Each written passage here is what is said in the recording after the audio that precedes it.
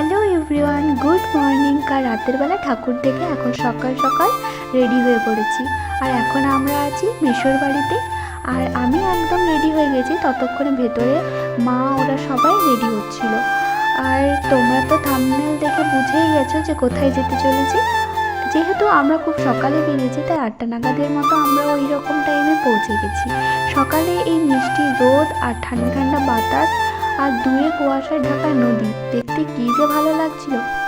খুব ছোট্টতে এখানে এসেছিলাম, তখন এত কিছু তো ছিল না, আর মনেও নেই সেভাবে। আর এখানে মেশো চাকরির উদ্দেশ্যে থাকে বলে সেখান থেকে মাত্র 10 মিনিটের রাস্তা। আর সকালবেলা এসেছি, রোদও খুব কম ছিল, কম লাগবে বলেই এসেছিলাম, কিন্তু না, প্রচণ্ড রোদ ছিল। আর এই দেখো, এটা আমার বড় মাসি আর বড় মাসির মেয়ে, ওর তার কানেরগুলোই এখানে ভিডিওর মধ্যে দেখাচ্ছিল। তো তারপর আমি তোমাদেরকে দেখাচ্ছি সব থেকে ছোট দিদি, সেটা হচ্ছে অনুদি, দেখো। তারপর এটা হচ্ছে বড়দি, আর বড়দির ছেলে ওই তো বড় মাসি কোলে করে নিয়ে আছে। আর এটা হচ্ছে আমার মা। আর এই দেখো, এটা ছোট মাসি। এখানে আমি আর আমার মামার মেয়ে, আর সাথে মা বাবা, একটা টোটো, আর দাদু ছিল সামনে। তো আমরা এখান থেকে টোটো করতে হয়েছিল, যাতে পুরো সব এখানে যা পার্ক বা কোনো মন্দির ছিল তো ওইগুলো দেখানোর জন্য এখান থেকে আলাদা করে টোটো করতে হয়। তো এখন টোটোতে করে আমরা সেই জায়গাগুলোতে যাচ্ছি।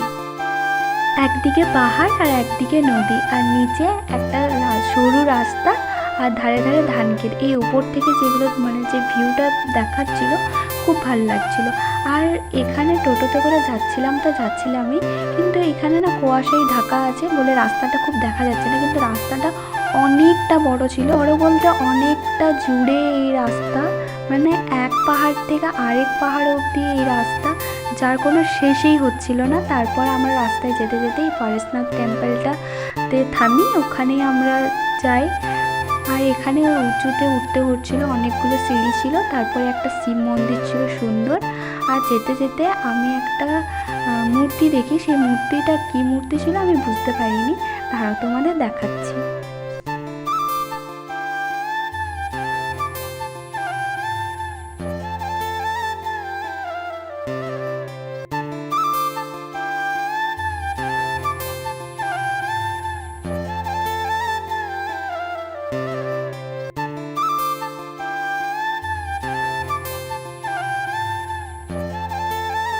আর হ্যাঁ, এই ঠাকুরের মূর্তিটার কথাই বলছিলাম, যেটা আমি দেখে বুঝতে পারলাম না ঠিক কোন মূর্তি। এই দেখো, একদম উপরে উঠে পড়েছে, আর এখানে এসেই দেখলাম অনেকগুলো শিবলিঙ্গ আছে, আর খুব সুন্দর ছিল এই মন্দিরটা। এখানে আবার অনেকে বিয়ে করতে আসছিল দেখলাম।